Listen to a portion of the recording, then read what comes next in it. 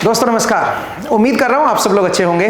तो laws of motion series का आज 26th एपिसोड है एंड पिछले एपिसोड में भी हम कुछ क्वेश्चंस डिस्कस कर रहे थे फ्रिक्शन फोर्स पे। आज का जो एपिसोड है उसमें भी हम कुछ क्वेश्चंस को ही डिस्कस करेंगे, क्योंकि फ्रिक्शन फोर्स एक ऐसा फोर्स है जिसके ऊपर जितनी ज़्यादा प्रैक्टिस करोगे आपको उतनी अंडरस्टैंडिंग बनेगी। चलिए जरा एक क्वेश्चन से शुरुआत करते हैं। जरा देखिए मेरे पास क्वेश्चन क्या है। मेरे पास दो ब्लॉक रखे हैं, ठीक है। ये मान लीजिए ए ब्लॉक है और इसके ऊपर एक बी ब्लॉक रखा हुआ है। ये है मान लीजिए 15 किलो का और ये 5 किलोग्राम का ब्लॉक है, और यहाँ पे हमने एक फोर्स लगाया है F, ठीक है।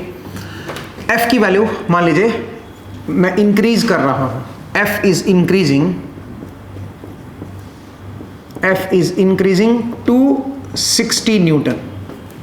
मतलब मैं इंक्रीज करते जा रहा हूँ 60 न्यूटन तक, increasing from 0 to 60 newton, from 0 to 60 newton, 60 newton तक मैं इसको इंक्रीज कर रहा हूं दोस्तों, ठीक है। नाउ यहां पे जो स्टैटिक फ्रिक्शन है वो है 0.4 एंड काइनेटिक फ्रिक्शन की जो वैल्यू दे रखी है वो है 0.2, और यहां पे जो स्टैटिक फ्रिक्शन है उसकी वैल्यू है मान लीजिए 0.05 एंड काइनेटिक फ्रिक्शन कोएफिशिएंट की जो वैल्यू है वो है 0.04। ये आपको डेटा गिवन है। Find maximum possible acceleration of 15 kilogram block. आपको ये बताना है 15 किलोग्राम ब्लॉक की मैक्सिमम एक्सेलरेशन क्या आएगी, एंड ऑल्सो कैलकुलेट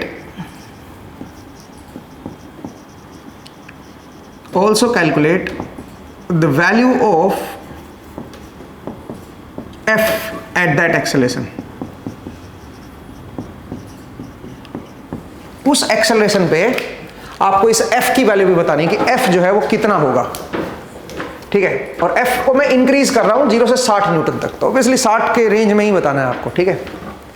तो ऐसे क्वेश्चन को हम कैसे सोल्व करें दोस्तों। नीचे वाले सरफेस पे आपको फ्रिक्शन कोएफिशिएंट दे रखे हैं, ऊपर वाले सरफेस पे भी आपको फ्रिक्शन कोएफिशिएंट दे रखे हैं।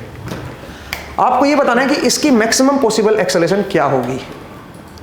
तो F को मैं 0 से इंक्रीज कर रहा हूं, तो जरा देखिए भाई, सबसे पहले हम क्या देखेंगे, हम ये देखेंगे कि भाई कितना कितना फोर्स जो है कहां कहां एक्ट कर रहा है। यहां पे मेरा F है और यहां पे जो स्टैटिक फ्रिक्शन है वो कितना है, और यहां पे भी स्टैटिक फ्रिक्शन जरा देख लेते हैं। तो पहले ऊपर देखते हैं स्टैटिक फ्रिक्शन ऊपर वाले पे कितना लगेगा। G की वैल्यू आप 10 ले लो भाई, G की वैल्यू 10 मीटर पर सेकंड स्क्वायर ले लो, तो ये क्या बन जाएगा 5 × 10 50 × 0.4, तो 40 न्यूटन जो है वो आपका क्या है, यहाँ पे स्टैटिक फ्रिक्शन है। एक बार देख लीजिए 5 × 10 50 × 0.20 न्यूटन आएगा भाई, 20 न्यूटन जो है। और जो काइनेटिक फ्रिक्शन है F के वो कितना है बताइए। यहाँ पे F के की वैल्यू है 10 न्यूटन इस जगह पे, और यहाँ पे जो स्टैटिक फ्रिक्शन है वो कितना है बताइए 20 × 10 200 200 × 0.5 10 न्यूटन जो है वो स्टैटिक फ्रिक्शन है, और काइनेटिक फ्रिक्शन जो है वो मेरे ख्याल से 8 न्यूटन का बन जाएगा। सही है भाई। ये यहाँ पे फोर्सेस हैं और यहाँ पे एक फोर्स F लग रहा है। अब मेरी बात सुनिए, अगर मैं F को इंक्रीज करना शुरू करूंगा तो शुरू में ये कोई भी ब्लॉक मूव नहीं करेगा। क्यों? क्योंकि लॉजिक ये कहता है कि भाई ब्लॉक यहां से इस कॉन्टेक्ट को ब्रेक करने के लिए कितना चाहिए 20 न्यूटन चाहिए। शुरू में रेस्ट पे है, ए वाला ब्लॉक जो है वो भी रेस्ट पे है और बी वाला भी रेस्ट पे है। इस कॉन्टेक्ट को ब्रेक करने के लिए आगे की तरफ फोर्स जो है वो 20 न्यूटन से ज्यादा चाहिए, और इस कॉन्टेक्ट को ब्रेक करने के लिए इसके ऊपर जो आगे की तरफ फोर्स लगना चाहिए वो 10 न्यूटन होना चाहिए, ठीक है, क्योंकि 10 न्यूटन यहाँ पे लिमिटिंग वैल्यू है।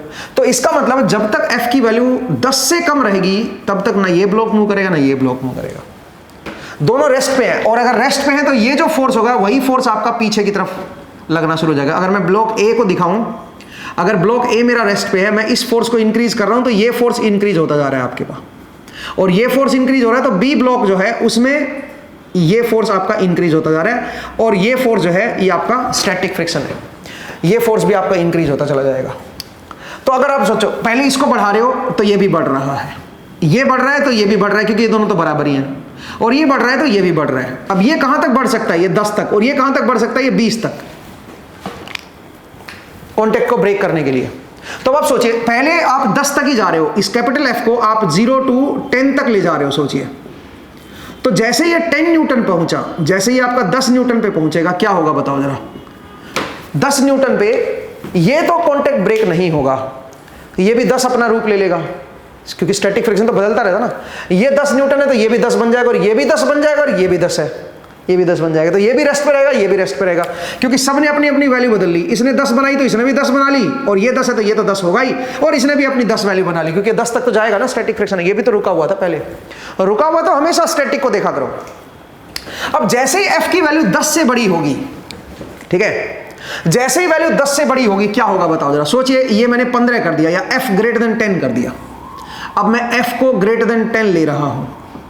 अब जैसे ही मैं एफ को ग्रेटर देन 10 लूंगा, क्या होगा दोस्तों, एफ को ग्रेटर देन 10 लेते ही ये भी वैल्यू ग्रेटर देन 10 हो जाएगी। ये कॉन्टैक्ट अभी ब्रेक नहीं होगा भाई, ठीक है, क्योंकि इसको ब्रेक करने के लिए 20 न्यूटन से ज्यादा होना चाहिए ये वाला, ठीक है। ये कैपिटल एफ जो है वो 20 न्यूटन से ज्यादा, यहाँ पे स्टैटिक फ्रिक्शन अपना चेहरा बदल रहा है, अपनी वैल्यू बदल रहा है। तो क्या होगा बताओ जरा, ये जैसे आप 10 से बड़ा बनाओगे, ये भी आपका 10 से बड़ा हो जाएगा। चलो 15 ले लो, ये 15 लिया तो ये भी 15 हो जाएगा, ठीक है। और अगर ये 15 होगा तो ये भी 15 होगा, ये मूव होना शुरू हो जाएगा, बी वाला मूव होगा तो ए वाला भी मूव करेगा, लेकिन ये कॉन्टैक्ट ब्रेक नहीं होगा। कॉन्टैक्ट ब्रेक करने के लिए 20 से तो ज्यादा न्यूटन चाहिए ना आपको, ठीक है, समझ रहे हो आप मेरा पॉइंट। फ्रिक्शन फोर्स की वैल्यू 20 से तो ज्यादा होने, 20 तक पहुंचनी चाहिए पहले, तब बिल्कुल वर्ज पे होगा कॉन्टैक्ट ब्रेक होने के, समझ रहे हो। तो इसका मतलब कॉन्टैक्ट तो अभी फिलहाल ब्रेक नहीं होगा, लेकिन ये मूव होना शुरू हो जाएंगे। ये कॉन्टैक्ट ब्रेक नहीं होगा, ये दोनों एक साथ मूव करेंगे। इसका मतलब जैसे आप एफ की वैल्यू को 10 से बड़ा करोगे, both block will start moving. इसका मतलब जो मोशन स्टार्ट होगा, पहली बात तो वो 10 न्यूटन से पहले होगा ही नहीं, 10 न्यूटन के बाद मोशन स्टार्ट होगा। तो अब एक काम करते हैं, ये देखते हैं कि कौन से फोर्स तक दोनों का मोशन जो है वो चलता रहेगा, कब तक दोनों का मोशन बराबर चलता रहेगा। तो अब जरा देखिए, तो अब मैं क्या देख रहा हूं, दोनों का बराबर मोशन देख रहा हूं, बोथ इक्वल एक्सेलरेशन रहेगी 10 के बाद। कब तक रहेगी वो जरा फोर्स निकाल लेते हैं कि कितने फोर्स तक आपकी जो एक्सेलरेशन है वो इक्वल रहेगी। वो आप कैसे निकालोगे, वो मैंने पहले भी आपको ये सोल्व करवाया हुआ है, ठीक है। तो अगर इक्वल एक्सेलरेशन है तो इस एफ को, इस दोनों ब्लॉक को मैं एक ही ब्लॉक मान लेता हूं 20 किलो का, और क्योंकि दोनों की इक्वल एक्सेलरेशन है तो ज्वाइंट रहेगा भाई यहाँ पे, और यहाँ पे आपका एक काइनेटिक फ्रिक्शन एक्ट करता रहेगा, क्योंकि दोनों ब्लॉक अब मूव करना शुरू कर गए हैं। 10 के बाद मूव होना शुरू हो जाएगा, मूव होना शुरू हो जाएगा तो नीचे 8 न्यूटन लगेगा भाई, ध्यान देना, 8 न्यूटन लगेगा, क्योंकि यहाँ पे काइनेटिक फ्रिक्शन आ जाएगा। दोनों ब्लॉक, ये ज्वाइंट ब्लॉक नहीं, मैं ये नहीं मान रहा कि ये ज्वाइंट जो है ये टूट गया है, ये नहीं टूटा अभी, पहले ये टूटेगा। तो ये टूटते ही अब दोनों एक साथ चलना शुरू कर जाएंगे। ये ज्वाइंट नहीं टूटा है, बट ये नीचे वाला टूट गया है, तो यहाँ पे 8 न्यूटन रहेगा और यहाँ पे एफ रहेगा, और दोनों की एक्सेलरेशन बराबर होगी। तो अगर मैं फॉर्मूला लगाऊं न्यूटन सेकंड लॉ, तो मैं बोलूंगा F - 8 = 20A, ये आ गया। अगर अब मैं अलग अलग देखूं इस A एंड B को, तो अलग अलग फ्री बॉडी डायग्राम बनाऊंगा। तो A का फ्री बॉडी डायग्राम क्या बनेगा, A के ऊपर एक F लग रहा है और एक फ्रिक्शन फोर्स ये लग रहा है स्मॉल f, और B का फ्री बॉडी डायग्राम बनाओगे तो B का ये फ्रिक्शन फोर्स F है, और इधर कितना है 8 न्यूटन है, ध्यान देना भाई, क्योंकि दोनों मूव कर रहे हैं एक साथ। ये आपका B ब्लॉक हो गया। अब सुनिए, दोनों की एक्सेलरेशन A है, तो अब अगर मैं न्यूटन सेकंड लॉ लगाऊंगा तो मैं F - F = क्या बन जाएगा, ये बन जाएगा 5A, और यहां से स्मॉल f -8 = क्या हो जाएगा 15A। यहां पे ये न्यूटन सेकंड लॉ बनेगा, यहां पे ये बनेगा। अब मुद्दा ये है कि कब तक ये दोनों साथ मूव करते रहेंगे, जब तक ये जो F है ये 20 नहीं ले लेता अपनी वैल्यू को, जो इसकी लिमिटिंग वैल्यू है स्टैटिक फ्रिक्शन की, जब तक ये 20 न्यूटन तक नहीं आ जाता ना स्मॉल f, तब ये ज्वाइंट जो है ब्रेक नहीं होगा। इसका मतलब है कब तक ये दोनों साथ मूव करते रहेंगे, जब तक इस f की वैल्यू क्या रहेगी, <= 20, ठीक है। तो अगर मैं f की वैल्यू <= 20 पुट करूंगा तो ये कैपिटल F की वैल्यू क्या हो जाएगी, यहां से आप कह सकते हो capital F should be <= 5A + 20, क्योंकि f को इधर ले जाओ ना भाई, तो f की वैल्यू अगर 20 से छोटी है तो कैपिटल F की वैल्यू इससे छोटी होनी चाहिए, ठीक है। और यहां पे जरा देखो, यहां से अगर आप लिखोगे तो आप ये कह सकते हो कि 15A, इसकी वैल्यू जो है ये 20 से छोटी रहनी चाहिए, तो 15A शुड बी > क्या रहना चाहिए बताओ जरा, नहीं 15A शुड बी <= कितना होगा, अगर मैं 20 रख दूं तो ये 12 बनेगा, तो 12 से तो छोटा ही होना चाहिए 15A। अगर 20 पे देखोगे तो 12 है ये, और f की वैल्यू तो 20 से छोटी है, तो 15A की वैल्यू 12 से छोटी हो जाएगी। तो a की वैल्यू क्या बनेगी, <= 12/15। a की वैल्यू 12/15 से छोटी रहेगी। तो फिर कैपिटल F की वैल्यू किससे छोटी आएगी, <= 5 × 12/15 + 20, ठीक है। एक बार देख लीजिए भाई, a की मैक्सिमम वैल्यू ये है, एफ की मैक्सिमम वैल्यू ये है, ठीक है, एफ की मैक्सिमम वैल्यू 20 है और ए की, अगर ये 20 होगा तो ए की वैल्यू ये आएगी। दोनों पुट कर दो यहां से, एफ की वैल्यू आ जाएगी हमारे पास, तो कितने आ गई, 5 3 15 और ये 4, तो इसका मतलब F should be less than equal to 24 newton. एक बार आप जरा चेक कर लीजिए, मेरे हिसाब से तो मैंने सही लिखा है भाई, 24 न्यूटन। इसका मतलब एफ की वैल्यू 24 न्यूटन से लेस रहनी चाहिए। अगर एफ की वैल्यू 24 न्यूटन से लेस रहेगी तब तक क्या रहेगा, ये दोनों 10 से बड़ी होनी चाहिए, 24 से कम रहनी चाहिए। 24 न्यूटन तक, एक बार कैलकुलेशन चेक कर लो भाई मैंने सही किया है क्या। मैं यहां से फिर से एक बार चेक कर लेता हूं, F has to be less than 20, तो 20 मैंने यहां पे देखा तो ये 12 बन गया, 12 तो 15a 12 से लेस ही आएगा, तो ए की वैल्यू ये सही लिखा है भाई, और ए की वैल्यू यहाँ पे पुट कर दो, तो 5 3 15 5 12 24 ही आ गया, ठीक है भाई। तो कैपिटल एफ जो है वो आपका 24 न्यूटन से क्या रहना चाहिए, लेस होना चाहिए, ठीक है, 24 न्यूटन से लेस देन या इक्वल टू रहना चाहिए, सही बात है। अब एक और स्टेप आगे चलते हैं। तो मैंने आपको बताया कि कैपिटल एफ के बारे में, कि कैपिटल एफ जो है वो कितना होना चाहिए। इसका मतलब 10 से लेके और 24 तक आपका ये दोनों टुगेदर रहेंगे, एक साथ रहेंगे भाई, दोनों एक साथ मूव करेंगे। और जैसे ही आपने फोर्स की वैल्यू को 24 न्यूटन से ज्यादा किया, क्या होगा दोस्तों, होगा ये कि ये जो फोर्स है काइनेटिक फ्रिक्शन बन जाएगा। यहां पे क्या बन जाएगा, 10, ये भी काइनेटिक रहेगा लेकिन ये भी काइनेटिक बन जाएगा, ये बन जाएगा 10, और इसकी एक्सेलरेशन कांस्टेंट हो जाएगी अब, ठीक है। जैसे आपने 24 से ज्यादा फोर्स किया, ये काइनेटिक फ्रिक्शन में कन्वर्ट हो जाएगा, और 20 की बजाय ये 10 हो जाएगा, तो इसकी एक्सेलरेशन जो है वो छोटी हो जाएगी। इसका मतलब अगर मैं इसकी मैक्सिमम पॉसिबल एक्सेलरेशन की बात करूं, तो इसकी मैक्सिमम पॉसिबल एक्सेलरेशन तभी आएगी जब इधर वाला फोर्स मैक्सिमम पे पहुंचेगा। इधर वाला फोर्स कब मैक्सिमम पे पहुंचेगा, 20 न्यूटन इधर वाला मैक्सिमम फोर्स, क्योंकि स्टैटिक फ्रिक्शन है ना ये, तो स्टैटिक फ्रिक्शन की मैक्सिमम वैल्यू यहां पे 20 हो सकती है, तो 20 जब होगा तब इसकी मैक्सिमम एक्सेलरेशन पहुंचेगी। क्योंकि जैसे ही 20 के बाद अगले इंस्टेंट में देखोगे तो 20 से एकदम से 10 पे पहुंच जाएगा फिर से, क्योंकि जैसे यहां पे स्लाइडिंग शुरू होगी, ये 20 जो है ये 10 में कन्वर्ट हो जाएगा, और उसके बाद इसकी एक्सेलरेशन कम हो जाएगी। तो पॉइंट को समझिए मैं क्या बोलने की कोशिश कर रहा हूं। तो इसका मतलब इसकी मैक्सिमम एक्सेलरेशन कब बनेगी बताओ, 24 न्यूटन तक बनेगी भाई, 10 से लेके 24 न्यूटन तक। बल्कि 24 न्यूटन जब होगा ना ये, तब यहां पे ये 20 पे पहुंचेगा, और अगर ये 20 पे पहुंचेगा तो इसके जो मैक्सिमम एक्सेलरेशन आएगी, इसकी जो मैक्स पॉसिबल वैल्यू आएगी वो आएगी, यहां पे 20 पे पहुंच चुका है, 20 माइनस 8 डिवाइड बाई 15, ये इसकी मैक्सिमम एक्सेलरेशन आएगी दोस्तों, 12/15, ये इसकी मैक्सिमम एक्सेलरेशन आएगी, ठीक है। और ये कब आएगी, जब एफ की वैल्यू क्या हो जाएगी, 24 न्यूटन हो जाएगी। 24 न्यूटन के बाद अगर आपने एफ को और बढ़ा दिया, तो अब यहां पे स्लाइडिंग शुरू हो जाएगी दोस्तों, अब यहां पे स्लाइडिंग शुरू हो जाएगी, और स्लाइडिंग अगर शुरू हो गई तो इन दैट केस ये फोर्स 10 बन जाएगा, और 10 बनेगा और ये 8 पे ही रहेगा, ये तो मूव तो करेंगे दोनों अभी भी, ठीक है। ये 10 बन जाएगा, ये 8 पे ही रहा क्योंकि ये तो स्लाइड पहले ही कर रहा था, ठीक है। तो ये 10 हो गया, ये 8 हो गया, और अब यहां पे एक्सेलरेशन जो है वो 2/15 हो जाएगी, छोटी हो जाएगी। तो मैक्सिमम एक्सेलरेशन इसकी क्या बनेगी, 12/15, और कितने फोर्स पे बनेगी, 24 न्यूटन पे, ठीक है। तो आई होप आपको ये क्वेश्चन समझ आया, बहुत प्यारा क्वेश्चन था ये, ठीक है। तो इस क्वेश्चन को भी जरा देखिएगा कि कैसे ऐसे क्वेश्चन को हम टैकल करेंगे। फ्रिक्शन फोर्स पे काफी बढ़िया क्वेश्चन था ये, मुझे उम्मीद है आपको ये क्वेश्चन जो है समझ आया। अगले क्वेश्चन की तरफ बढ़ते हैं दोस्तों। नेक्स्ट क्वेश्चन जरा देखिए,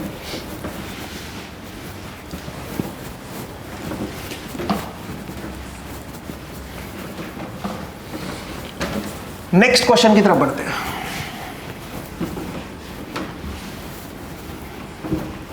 नेक्स्ट क्वेश्चन इज, मेरे पास एक इंक्लाइन प्लेन है,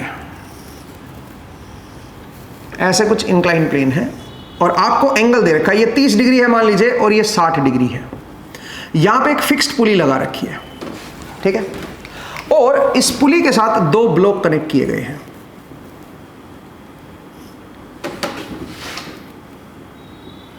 एक ब्लॉक इधर है और एक ब्लॉक इधर है, ऐसे मान लीजिए 2 ब्लॉक लगा रखे हैं, ठीक है। अच्छा, एक ब्लॉक का जो वेट है वो 800 न्यूटन है। ये ब्लॉक मान लीजिए मेरा ए है, और ये ब्लॉक मान लीजिए मेरा बी है, ठीक है। एंगल भाई थोड़ा ठीक कर लो, ये 45 है। ये क्वेश्चन मेरा अपना नहीं है भाई, ये क्वेश्चन मैं बुक से ले रहा हूं, ठीक है। 45 है, ये 60 है, और ये जो है ये आपको दे रखा है 800 न्यूटन का, दिस इज 800 न्यूटन, और इधर जो है वो 1200 न्यूटन दे रखा है, और आपको यहां पे एक फोर्स लग रहा है F, ठीक है। आपको क्या बताना है, अच्छा, कोफिशिएंट ऑफ फ्रिक्शन यहां पे जो फ्रिक्शन का कोएफिशिएंट दे रखा है वो है 0.5, ठीक है। और इसी को आप काइनेटिक फ्रिक्शन भी ले सकते हो और इसी को आप स्टैटिक फ्रिक्शन भी ले सकते हो। और जो ब्लॉक बी है यहां पे जो फ्रिक्शन कोएफिशिएंट दे रखा है वो है 0.2।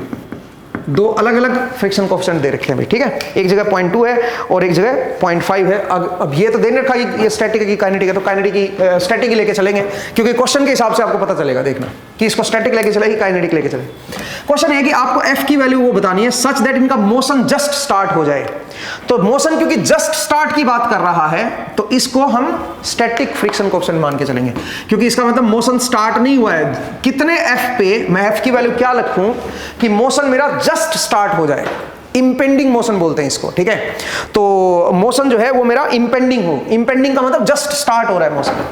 कितने एफ पे मोशन जो है वो जस्ट स्टार्ट होगा आपको ये बताना है। तो इसका मतलब उससे पहले रेस्ट पे थे, तो इनको स्टैटिक फ्रिक्शन कोएफिशिएंट लेके चलना है, ठीक है। तो अब कैसे करेंगे भाई इस क्वेश्चन को, जरा देखिए इस क्वेश्चन को कैसे करेंगे कि एफ की वैल्यू मैं क्या लूंगी, मोशन जस्ट स्टार्ट हो जाए। तो उसके लिए आप क्या करोगे दोस्तों, उसके लिए हम फ्री बॉडी डायग्राम बनाएंगे। कैसे बनाओगे जरा देखिए। यहां पे मान लीजिए मेरा एफ लग रहा है, ये मेरी टेंशन है टी, तो इधर भी टेंशन क्या हो जाएगी, टी हो जाएगी। तो सबसे पहले बी का फ्री बॉडी डायग्राम बना रहा हूं भाई। तो बी का अगर फ्री बॉडी डायग्राम बनाओगे तो बी के ऊपर देखिए 1200 न्यूटन का तो वेट है इसका, तो वो तो नीचे लग गया भाई, ठीक है। और ये जो एंगल है ये ध्यान देना भाई, जो बी है कितने एंगल पे है, ये 60 डिग्री पे है, ठीक है। ओके, इधर जो है एक फोर्स आपका ये लग रहा है एफ, ठीक है। एक आपको इसके ऊपर नॉर्मल फोर्स लग रहा होगा और एक आपका इधर टेंशन लग रहा है और एक आपका इधर फ्रिक्शन भी लग रहा है, क्योंकि इधर मूव होने की टेंडेंसी दिखा रहा है ना, तो इधर फ्रिक्शन फोर्स को हम लेके चलेंगे, ठीक है भाई। सवाल यह है कि फ्रिक्शन फोर्स की वैल्यू क्या होगी। तो उसके लिए 1200 इधर है ना, तो 1200 का कंपोनेंट ले लेते हैं भाई इधर, ठीक है। ये 60 है तो 1200 sin 60, ठीक है। sin 60 करोगे तो √3/2, ठीक है भाई, ये हो गया। ये फोर्स मेरा इधर लगेगा और 1200 का ये वाला कंपोनेंट कितना बनेगा, ये बनेगा 600। 1200 cos 60, ये 60 है तो ये 30 है तो ये 60 है। मैंने गलत कर दिया क्या, हाँ भाई ये 60 है तो cos आएगा भाई यहाँ पे ना, माफ कीजिएगा, इधर 600 आएगा, ठीक है। इधर 600 आएगा, इधर 600 √3 आएगा, ठीक है। तो ये मेरे पास 1200 का मैंने रिजोल्व कर दिया, दो कंपोनेंट आगे। अब आप देखिए नॉर्मल फोर्स की वैल्यू जो आनी चाहिए वो तो 600 न्यूटन आनी चाहिए भाई, क्योंकि इधर तो कोई मोशन हो नहीं रहा है ब्लॉक का, ठीक है।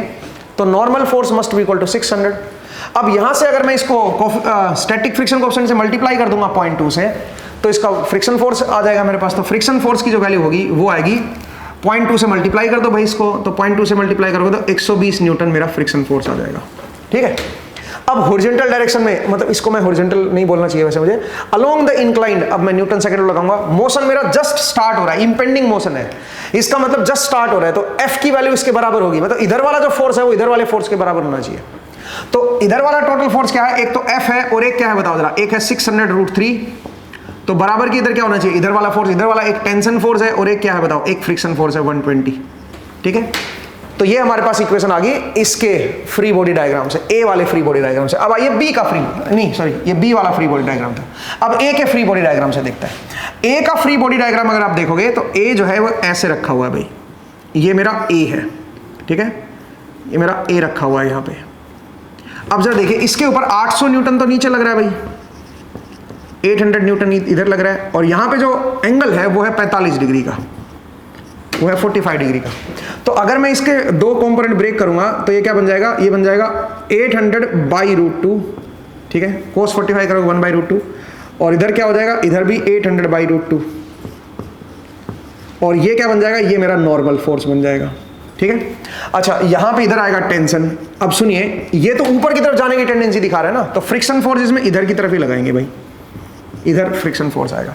तो सबसे पहले तो आप जरा ये देखिए कि ये नॉर्मल फोर्स की जो वैल्यू आएगी वो यहाँ पे क्या आएगी, 800/√2, क्योंकि इधर की तरफ तो कोई मोशन हो नहीं रहा है भाई इसके, तो normal force must be equal to this force that is 800/√2, ठीक है। अच्छा तो फ्रिक्शन फोर्स क्या बनेगा, फ्रिक्शन फोर्स बनेगा 800/√2 इंटू म्यू। म्यू की वैल्यू कितनी है बताओ जरा यहाँ पे, 0.5, ठीक है। तो ये क्या बन जाएगा 400/√2, ये मेरे पास क्या बन जाएगा, फ्रिक्शन फोर्स आ जाएगा दोस्तों। अब यहां पे अगर मैं न्यूटन सेकंड लो लगाऊं तो मैं कह सकता हूं कि T must be equal to, क्योंकि इधर तो एक ही फोर्स है भाई, T must be equal to 800/√2 plus this F is 400/√2। यहां पे ये लिख सकते हो, तो T की वैल्यू क्या आ गई दोस्तों, 1200 डिवाइड बाई √2, यहाँ पे ये आ गई भाई टी की वैल्यू, वो टी यहाँ पे पुट कर देता हूँ भाई। तो यहाँ से f plus 600√3 is equal to 120 plus 1200 by √2। तो यहाँ से आप f की वैल्यू को कैलकुलेट कर सकते हो। आपको बता सकते हो कि f की वैल्यू मैं क्या लूँ कि मोशन जस्ट स्टार्ट होने की बिल्कुल वर्ज पे आ जाए, इंपेंडिंग मोशन हो। इंपेंडिंग मोशन का मतलब बिल्कुल वर्ज पे आ गया है भाई, ठीक है। चलिए मेरे पास कुछ और क्वेश्चन है जो मैं चाह रहा हूँ कि आपको मैं सोल्व करवाऊँ। जरा देखिए, एक दो क्वेश्चन और हैं, उनको डिस्कस कर लेते हैं। मैं इसको रब कर रहा हूँ भाई, ठीक है। और आज के जो क्वेश्चन है वो मैं ये वाला जो क्वेश्चन है वो मैंने एक बुक से लिया है, काफ़ी मुझे थोड़ा ठीक लगा, तो इसलिए मैंने इस क्वेश्चन को डिस्कस किया है भाई। चलिए दोस्तों, एक और क्वेश्चन की तरफ बढ़ते हैं। एंड नेक्स्ट क्वेश्चन क्या है सुनिए, कुछ इस तरह का है कि मेरे पास एक ऐसा वेज है और मैं मान लेता हूँ कि 30 डिग्री पे है, ठीक है। और यहाँ पे मैं एक फोर्स अप्लाई कर रहा हूँ और इसके ऊपर एक और यहाँ पे एक ऐसे वॉल है, ठीक है। और वॉल के साथ एक दूसरा ब्लॉक जो है वो ऐसे लटका हुआ है, ऐसे हमने लगाया हुआ है, ठीक है। इस तरह का ब्लॉक लटका हुआ है, ठीक है। मैं इसको फोर्स लगा रहा हूँ आगे की तरफ, तो ऑब्वियसली ये ऊपर जाएगा। इसका जो मान लीजिए जो वेट है वो 500 न्यूटन है और इसका वेट मान लीजिए 100 न्यूटन है, ऐसे मान लेता हूँ 100 न्यूटन है इसका, ठीक है। अच्छा, ये ए मान लो, ये बी मान लो। अब यहाँ पे एक फोर्स लग रहा है F, और जितने भी कॉन्टैक्ट सरफेस हैं, यहाँ पे देखो कई सारे कॉन्टैक्ट सरफेस हैं। कितने कॉन्टैक्ट सरफेस है, एक तो नीचे वाला है, एक ये बीच वाला है और एक ये बीच वाला है, मतलब एक ये वर्टिकल वाला, एक ये और एक ये कॉन्टैक्ट सरफेस है। म्यू की वैल्यू जो है वो आपको दे रखी है, मान लीजिए 0.2 at all contact surface, at all contact surfaces. हर एक कॉन्टैक्ट सरफेस पे म्यू की वैल्यू जो है वो 0.2 दे रखी है। आपको बताना है find F min, minimum force बताओ to raise block B. Block B को रेज करने के लिए, ऊपर उठाने के लिए मिनिमम फोर्स कितना रिक्वायर्ड है, तो जस्ट ऊपर उठाने के लिए मिनिमम फोर्स कितना रिक्वायर्ड होगा ये आपको बताना है। तो ये अगेन एक बहुत ही बेहतरीन प्रॉब्लम आ गई है, इसमें थोड़े कैलकुलेशन ज़्यादा है, बट जरा देखते हैं। तो इसके लिए अपने को फ्री बॉडी डायग्राम बनाने पड़ेंगे और एफ की वैल्यू को कैलकुलेट करना है, सो दैट हम इसको जस्ट मूव करा सके ऊपर की तरफ, ठीक है। मतलब आप ये इक्विलिब्रियम कंडीशन मान लो कि भैया रुका रहे हैं, क्योंकि रुके रहने के लिए कितना फोर्स है वो अगर आपको निकाल लिया तो उससे हल्का सा भी ज्यादा कर दोगे तो ऊपर की तरफ स्लाइड होना शुरू हो जाएगा ये, ठीक है। तो जरा देखते हैं, इसके लिए फ्री बॉडी डायग्राम बनाते हैं। सबसे पहले ए का फ्री बॉडी डायग्राम देखते हैं कि ए के ऊपर कौन कौन से फोर्सेस एक्ट कर रहे हैं, पहले ये निकाल लेते हैं। ब्लॉक ए के ऊपर, तो ब्लॉक ए को अगर मैं देखूं तो ब्लॉक ए जो है वो कुछ इस तरह का है हमारे पास, ठीक है। और ये जो एंगल है ये कितना है, 30 डिग्री, ठीक है ना। ये मेरे पास ब्लॉक ए है, इसको मैं थोड़ा ठीक कर देता हूँ, ठीक है। हाँ जी, ये 30 डिग्री का मेरे पास ये ब्लॉक ए है, यहाँ पे 30 डिग्री बन रहा है। तो अब जरा देखिए ब्लॉक ए पे कौन कौन से फोर्स लगेंगे। एक तो यहाँ पे ग्राउंड इसको एन नोट फोर्स लगा रही होगी, नॉर्मल फोर्स ग्राउंड लगा रही होगी। एक यहाँ पे मेरे पास एक एफ फोर्स लग रहा है। अच्छा, क्योंकि ये आगे जा रहा है तो यहाँ पे एक फ्रिक्शन फोर्स इधर लगेगा 0.2 इंटू एन नोट, सही है भाई। दूसरा, यहां से ये जो ब्लॉक है इसके ऊपर एक N1 फोर्स लगा रहा होगा इधर, तो एक फ्रिक्शन फोर्स और लगेगा, क्योंकि ये ब्लॉक आगे जा रहा है तो फ्रिक्शन इसको पीछे की तरफ लगाएगा। इस कॉन्टैक्ट से पूछो ना, कॉन्टैक्ट को, ये ब्लॉक आगे की तरफ जा रहा है ना ब्लॉक, तो ब्रेक करने की कोशिश कर रहा है इस तरफ, तो फ्रिक्शन फोर्स बोलेगा यार तुम ब्रेक कर रहे हो, पीछे की तरफ लगेगा फ्रिक्शन फोर्स। यहाँ पे एक फ्रिक्शन फोर्स लग जाएगा 0.2 N1, ये फोर्स हो जाएगा। दूसरा, एक इसका mg भी तो लगेगा ना, एक इसका 100 न्यूटन का इसका खुद का भी फोर्स लगेगा भाई, ठीक है। और तो कोई फोर्सेस नहीं है मेरे ख्याल से, सारे ले लिए हमने। N1 हो गया, यहाँ पे नॉर्मल फोर्स हो गया, फ्रिक्शन हो गया, ओके, ये F हो गया, ये नॉर्मल हो गया और एक mg हो गया, बस यही है भाई, ठीक है। सारे फोर्सेस हमने लिख लिए और इसको आप एक पार्टिकल की तरह ट्रीट कर सकते हो। पार्टिकल की तरह दिखाओगे तो आप यहाँ पे ऐसे दिखा सकते हो। जरा देखिए, ये मेरी कोऑर्डिनेट एक्सिस होगी x एंड y, तो ये जो फ्रिक्शन फोर्स है ये आपका 30 डिग्री बना रहा है इधर के साथ, और ये है 0.2 N1। मैं इसको एक पार्टिकल की तरह ट्रीट कर लेता हूँ, क्योंकि मोशन में रोटेशन तो है नहीं, तो इसको पार्टिकल की तरह ट्रीट कर लेते हैं। दूसरा, यहाँ पे एक mg फोर्स लग रहा है 100, ठीक है, डाउनवर्ड, ओके। एक इधर F फोर्स लग रहा है हॉरिजॉन्टल, ठीक है। एक इधर जो है इसके परपेंडिकुलर, इस लाइन के परपेंडिकुलर एक क्या है N1 फोर्स लग रहा है, और N1 ये 30 है तो ये 60 हो जाएगा, तो ये 30 डिग्री यहाँ पे आ जाएगा, ठीक है। अच्छा, एक ऊपर की तरफ फोर्स लग रहा है N0, एक N0 फोर्स ऊपर की तरफ लग रहा है, नॉर्मल फोर्स, ठीक है भाई।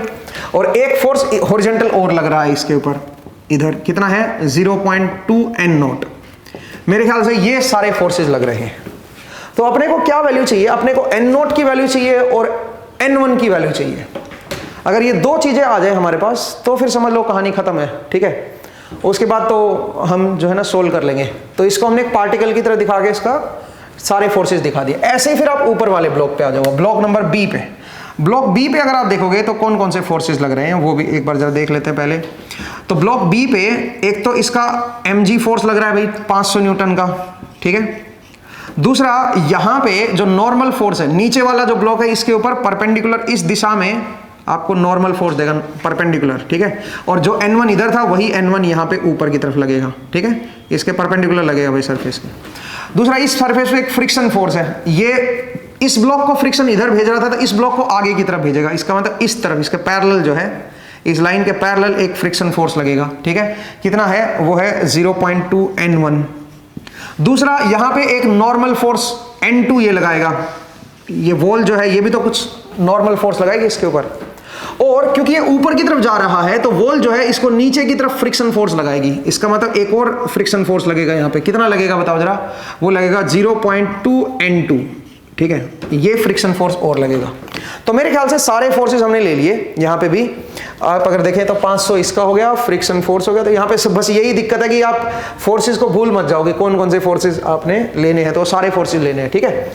तो ये इस तरह से हमने बना दिया और ये सारे एक ही पॉइंट पे हमने दिखाए हैं, सारे के सारे फोर्सेस एक ही पॉइंट पे दिखाए हैं। तो मैं इसको बाहर वाली जो साइड है इसको मैं हटा ही देता हूँ, ठीक है, ये हटा देता हूँ, ये सारी हटा देता हूँ क्योंकि मैंने एक ही पॉइंट पे दिखा दिया। दूसरा ये मेरी क्या है, ये मेरी एक्स एक्सिस है, ये मेरी वाई एक्सिस है, आप ऐसे समझ लीजिए। और ये अलोंग द लाइन है, ठीक है, अलोंग द ऐसे अलोंग द वेज है। तो ये एंगल जो है 30 डिग्री रहेगा। तो ये आपका कितना रहेगा 60 डिग्री, ठीक है। तो इधर वाला क्या हो जाएगा 30 हो जाएगा, ये इधर वाला 60 हो जाएगा। चलिए खैर ये एंगल काफ़ी है, इतना एंगल काफ़ी है, ठीक है। तो ये हमने यहाँ पे दिखा दिया है, N2 भी आ गया और सब कुछ आ गया। अब जरा एक काम करते हैं, अब यहाँ पे पहले इसको सोल्व कर लेते हैं। तो इसमें जो नेट x की तरफ है वही y की तरफ होगा, सारा का सारा फोर्स, मतलब जो x की तरफ होगा वही माइनस x की तरफ होगा, जो y की तरफ होगा वही माइनस y की तरफ होगा। बैलेंस बनाना ना, इक्विलिब्रियम वाली कंडीशन लगानी है। तो अगर मैं यहाँ पे लगाऊं तो मैं यहाँ पे क्या बोल सकता हूँ बताओ। सबसे पहले ऊपर की तरफ देखते हैं, ऊपर की तरफ N1 ये 60 है ना, तो N1 sin 60, N1 sin 60 बनेगा भाई, जरा देख लीजिए। N1 sin 60 ऊपर की तरफ आएगा, मस्ट बी इक्वल टू नीचे वाला फोर्स। नीचे वाला फोर्स क्या है, एक तो 0.2 N1 sin 30, 0.2 N1 sin 30, एक तो ये आ गया, प्लस बताइए 0.2 N2, 0.2 N2 आ गया, प्लस 500 आ गया। तो नीचे की तरफ तो यही आएंगे भाई, एक इसका कंपोनेंट आ जाएगा, एक ये आ जाएगा और एक ये, तीन इधर आ जाएंगे, ठीक है। तो ऊपर वाला फोर्स और नीचे वाला फोर्स बराबर हो गया। ऐसे हॉरिजॉन्टल फोर्स में देखिए, इधर है मेरा N2 बराबर की इधर वाले फोर्सेस क्या आएंगे 0.2 N1 cos 30, cos 30 ये बन गया भाई, और N1 cos 60 ये और आ गया, N1 cos 60 ये और आ गया, ठीक है। N1 cos 60 इधर करोगे तो ये आ जाएगा। तो अब जरा देखिए, यहां से अगर मैं N2 और N1 की रिलेशन निकालूं तो मैं बोल सकता हूं N2 is equal to N1 into cos 60 0.5 plus 0.2 cos 30 √3/2, सही है। तो अगर मैं इसको सोल्व करूं तो इसमें थोड़ी कैलकुलेशन है भाई, क्योंकि रैंडम वैल्यूज हमने ले ली हैं ऐसे ही, ठीक है। तो ये कितना बनेगा जरा देखिए, ये है 0.5 प्लस 0.2 √3 डिवाइड बाई 2, ठीक है। तो ये क्या आ जाएगा, ये मेरे पास आ जाएगा 0.673 N1। तो N2 की वैल्यू मेरे पास N1 की टर्म्स में आ गई है। अब एक काम करते हैं, यहाँ पे N2 की वैल्यू पुट कर देते हैं भाई, और N1 को एक साइड ले आते हैं। तो हमारे पास N1 की वैल्यू आ जाएगी, N2 को हमने हटा ही दिया, N2 की जरूरत ही नहीं है अब अपने को, ठीक है। तो अगर मैं पहली इक्वेशन में देखूं तो पहली इक्वेशन में N1 sin 60 √3/2, ये तो N1 sin 60 आ गया, उसमें से ये इधर ले आओ भाई, माइनस 0.2 साइन 30, साइन 30 को हाफ लिख देता हूं भाई, तो ये इधर आके माइनस हो गया। यहां पे ये 0.2 वाला भी माइनस हो जाएगा, तो माइनस 0.2 n2, और n2 की जगह पे क्या लिख दोगे, n2 की जगह पे लिख दोगे 0.673 n1, और n1 हमें कॉमन ले चुका हूं, ठीक है। बराबर के इधर क्या आ गया 500, बराबर के इधर आ गया 500। तो जरा देखिए इन सबको मैं इधर ले आया भाई, n1 sin 60, sin 60 इज √3/2, और 0.2 sin 30, 0.2 sin 30 इज हाफ, और 0.2 इंटू n2 की जगह पे ये लिख दिया भाई, ठीक है। तो यहां से n1 की वैल्यू मैंने डायरेक्टली कैलकुलेट कर दी, और ये मैं सीधा सीधा कैलकुलेट कर ही देता हूं आपके लिए। तो ये बनेगा 500 डिवाइड बाई एक बनेगा √3/2, ठीक है। पहली टर्म है √3/2, दूसरी है माइनस 0.2 अपॉन 2, ठीक है। ये आ गया माइनस, बताइए 0.2 इंटू 0.673, ठीक है। तो ये जो वैल्यू आ रही है दोस्तों हमारे पास, मैं इसको जरा कैलकुलेट कर देता हूँ, 1 मिनट दीजिए बस। आप लोग भी भाई अपनी कैलकुलेशन चेक कर लें, क्योंकि हो सकता है कि कैलकुलेशन मिस्टेक हो जाए मुझसे, बाकी तो मैं ज़्यादा मिस्टेक करूँगा नहीं, ठीक है। हाँ जी, तो ये है 791.86, 791.86 न्यूटन, n1 आ गया भाई मेरे पास, ठीक है। तो n1 की वैल्यू आ गई, तो ये आ गया, ये आ गया, ठीक है। तो n1 की वैल्यू आ गई 791.86, 791.86, ठीक है। ये आ गया n1, तो यहाँ पे 0.2 इंटू 791.86 ये लिख दो, ठीक है। बस हो गया। आपको f की वैल्यू बतानी है, तो उसके लिए n नोट चाहिए भाई। n नोट कैसे निकलेगा, n नोट वर्टिकल कंपोनेंट भी तो बराबर होनी चाहिए ना। तो वर्टिकल देखो क्या कंपोनेंट है, अब यहाँ पे फ्री बॉडी डायग्राम पे इस फ्री बॉडी डायग्राम पे न्यूटन सेकंड लॉ लगा रहा हूँ, तो यहाँ पे अगर आप देखोगे तो ये बनेगा n नॉट प्लस इसका ये वाला कंपोनेंट ले लो 0.2 इंटू 791.86 cos 60, ये ऊपर की तरफ हो गया भाई, इसका कंपोनेंट ले लिया ना। बराबर के इधर क्या आएगा बताओ, बराबर के इधर नीचे वाला कौन सा है, एक तो 100 है और एक क्या है बताओ जरा, 791.86 cos 30, ये हो गया। तो यहां से n नोट की वैल्यू आ गई मेरे पास। n नोट की वैल्यू क्या आ गई जरा देखिए, n नोट की वैल्यू क्या आ गई है, 100 तो ये पहले से ही था, उसमें मैंने ऐड कर दिया क्या चीज, 791.86 cos 30, ठीक है।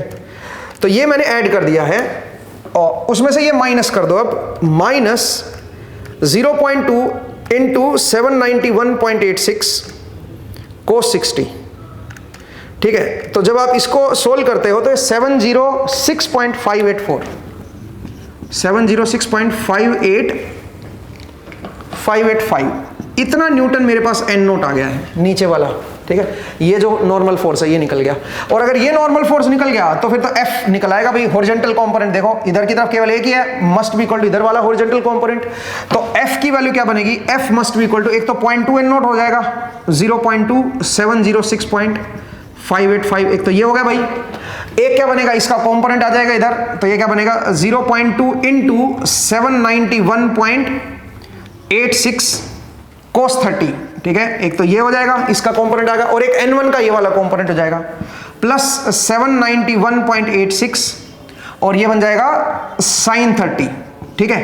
तो यहां से मेरे ख्याल से f की वैल्यू को आप इजीली कैलकुलेट कर लोगे। इसको बस सम करना है आपको, तो इतना न्यूटन का मेरे पास ये फोर्स होना चाहिए, सो दैट ये जो है मेरा इक्विलिब्रियम में रहे, मतलब जस्ट बिल्कुल लिफ्ट कर सके ये इसको, ठीक है। तो उसके लिए f की वैल्यू जो है वो हमने कैलकुलेट कर दी। तो इस क्वेश्चन में थोड़ी कैलकुलेशन थी, बट जरा देखिए कंसेप्ट बड़ा आसान था। आपको बस फोर्सेस दिखाने थे कि कौन सा फोर्स किधर एक्ट कर रहा है, और इसको एक पार्टिकल की तरह अज्यूम कर लो। ऐसे ही आप ऊपर वाले ब्लॉक के ऊपर फोर्सेस दिखा के उसको एक पार्टिकल की तरह अज्यूम कर लो। अब यहां पे हमें F निकालना है, तो F निकालने के लिए एक n नोट चाहिए और एक ये n1 चाहिए था। तो सबसे पहले हमने n1 निकाला। n1 कहां से निकाला, यहां से हमारे पास n1 आ गया, ठीक है। यहां से दो इक्वेशन बनेंगे, एक x एक्सिस वाली और एक y एक्सिस वाली। तो n1 की वैल्यू आ गई मेरे पास, वो n1 मैंने यहां पे पुट कर दिया, उससे हमने पहले n नोट निकाल लिया, वो n नोट यहां पे पुट कर दिया, उससे हमारे पास f की वैल्यू आ गई है, ठीक है। तो क्वेश्चन जो था वो बड़ा ही सिंपल है, जरा देखिएगा ध्यान से। ये भी फ्रिक्शन था, इसमें भी फ्रिक्शन फोर्स था, बट ये इक्विलिब्रियम कंडीशन थी, बिकॉज ये हमें f की मिनिमम वैल्यू बतानी थी, सो दैट हम इसको लिफ्ट कर सके, ऊपर की तरफ उठा सके। अगर इस फोर्स से ज्यादा फोर्स कर दोगे ना तो ये ऊपर फिर स्लाइड होना शुरू हो जाएगा, ठीक है। ये मिनिमम फोर्स है इसको लिफ्ट रखने के लिए, ठीक है। इससे ज्यादा फोर्स करोगे तो ये ऊपर की तरफ स्लाइड होना शुरू हो जाएगा, ठीक है दोस्तों। मुझे उम्मीद है कि आपको आज का जो एपिसोड है ये समझ आया। आज हमने कुछ क्वेश्चन लिए 3-4, तो वो भी आपको समझ आए होंगे। तो आज के लिए इतना ही करेंगे दोस्तों। नेक्स्ट एपिसोड में हम एक और नए कंसेप्ट को सीखेंगे, और वो सीखेंगे कि भाई जो टेंशन है वो पुली पे दोनों तरफ जो है वो बराबर नहीं होती फ्रिक्शन की वजह से। जैसे आप कोई पुली लगाते हो, ठीक है, और पुली के ऊपर मान लीजिए इधर आपने कोई ब्लॉक लिया, ठीक है, और इधर आपने कोई ब्लॉक लिया, तो जनरली आप क्या लेते हो, जनरली आप बोलते हो कि ये जो टेंशन है और ये जो टेंशन है इधर की, ये बराबर होगी। यहाँ पे टेंशन ऊपर होगी और यही टेंशन यहाँ पे नीचे होगी। अलोंग द स्ट्रिंग दिखाते हो ना, यहाँ पे टेंशन नीचे होगी, यहाँ पे यही टेंशन ऊपर की तरफ होगी। तो हर जगह टेंशन टी दिखा देते हो। बट अगर यहाँ पे फ्रिक्शन हुआ, ठीक है, यहाँ पे इस पुली के बेल्ट के ऊपर यहाँ पे जो चढ़ा रखा आपने वायर, जो भी स्ट्रिंग चढ़ा रखी है, यहाँ पे अगर फ्रिक्शन हुआ, जो कि हमेशा होता ही है, तो इन दैट केस इधर की जो टेंशन है T1 और इधर की जो टेंशन है T2 वो बराबर नहीं होंगी भाई, वो अलग अलग होंगी। ठीक है, तो फ्रिक्शन का ये जो असर है इसको हम अगली क्लास में देखेंगे। इसको पहले एक्सपेरिमेंट से चेक करेंगे कि रियल वर्ल्ड में ऐसा है क्या नहीं है, क्योंकि रियल वर्ल्ड में फ्रिक्शन तो होता ही है भाई।